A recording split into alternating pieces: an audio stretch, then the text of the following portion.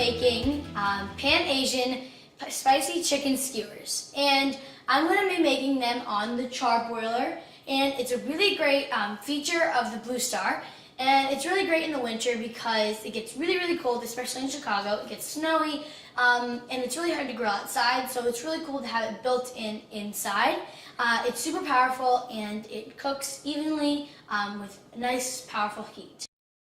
I'm going to make our marinade now. So I'm mixing some pineapple juice, some soda, which is like a natural tenderizer, and it gives it a really good flavor. I'm next going to add in some soy sauce, just some minced fresh ginger, some chopped fresh garlic, and some Five Spice, which has lots of different flavorful spices, including nutmeg, white pepper, star anise, fennel, and cinnamon, and it's super flavorful. And what I'm going to do is I'm just going to give this a mix, make sure everything's combined.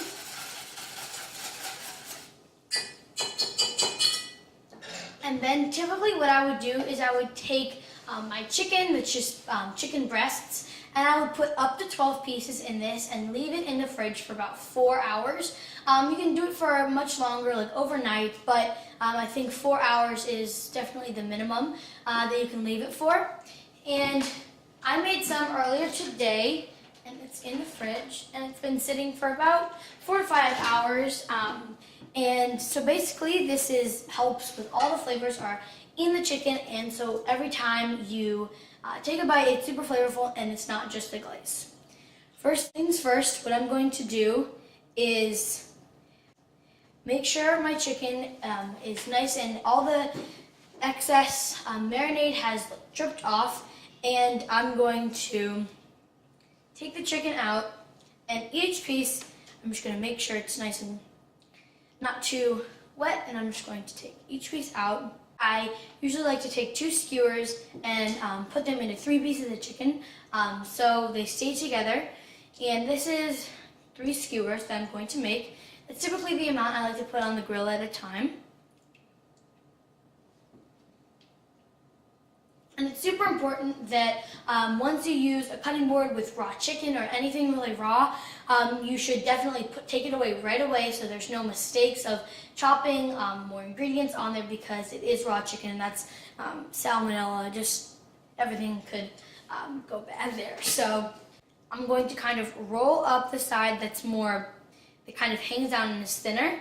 Just give it a little slight roll, and I'm going to go up and down and through, and I'm just going to push it all the way down, so it's kind of like sewing, kind of, and I'm going to make sure it's all set on, and then I'm going to do that with the rest of my chicken until half of the chicken is on one side.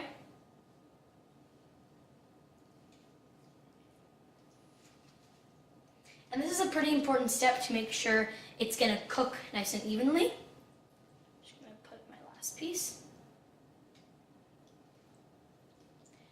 over, and next I'm going to take another skewer and just push it right through the thicker side of the chicken, all the way through. And then I'm going to spread it out so it meets its other part of the side. I want to make sure it's nice and evenly spread out. So next I'm going to make my glaze, and this is important because it helps it have beautiful color and flavor. So what I'm going to do is I have some rice wine vinegar, some chili sauce,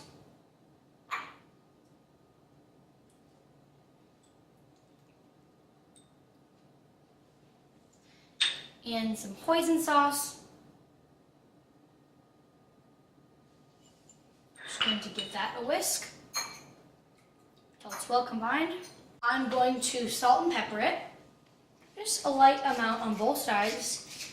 You always usually want to salt and pepper chicken or any kind of meat that you're cooking, because there's so much flavor in all the other glaze and marinade. I'm not going to do too much, just on each side, I'm going to salt and pepper it. And once the chicken is all salt and peppered and ready to go, I'm just going to walk over to the charbroiler, and it's been heating up for a while, and it's super versatile, and you can really cook lots of different, you can cook hamburgers, cheeseburgers, steaks, sausages, kind of anything that you would want to cook on it. You can grill vegetables, anything you would grill on a normal grill, you can probably use on the charbroiler. So now what I'm going to do is I'm just going to take my skewers, working from the back at a medium heat, and just place them at not too far back because you don't want it to be right on the flame, but pretty far back. I'm going to place them right on the direct heat.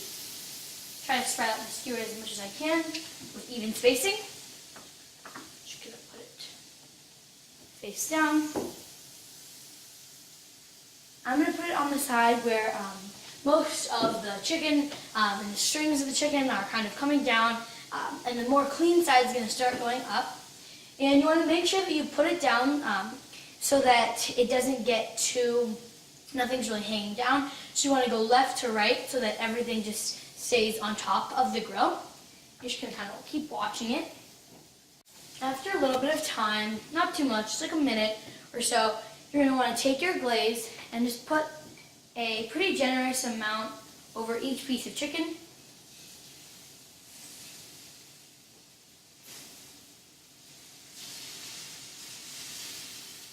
It's looking like the chicken's ready for the first flip. I'm going to start the back. I'm just going to give it a little pull on both sides and flip it. Okay.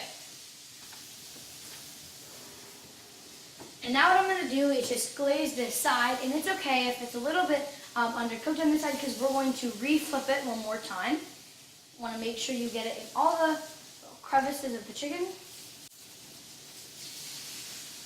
You want to flip these 3 times. The first time it's going to start on this side that is actually up right now, and then it's going to go back onto the other side and then finishing on this side. And right now I'm just going to flip them back so I can finish them off. They're nice and well cooked. They have nice grill marks. Pretty.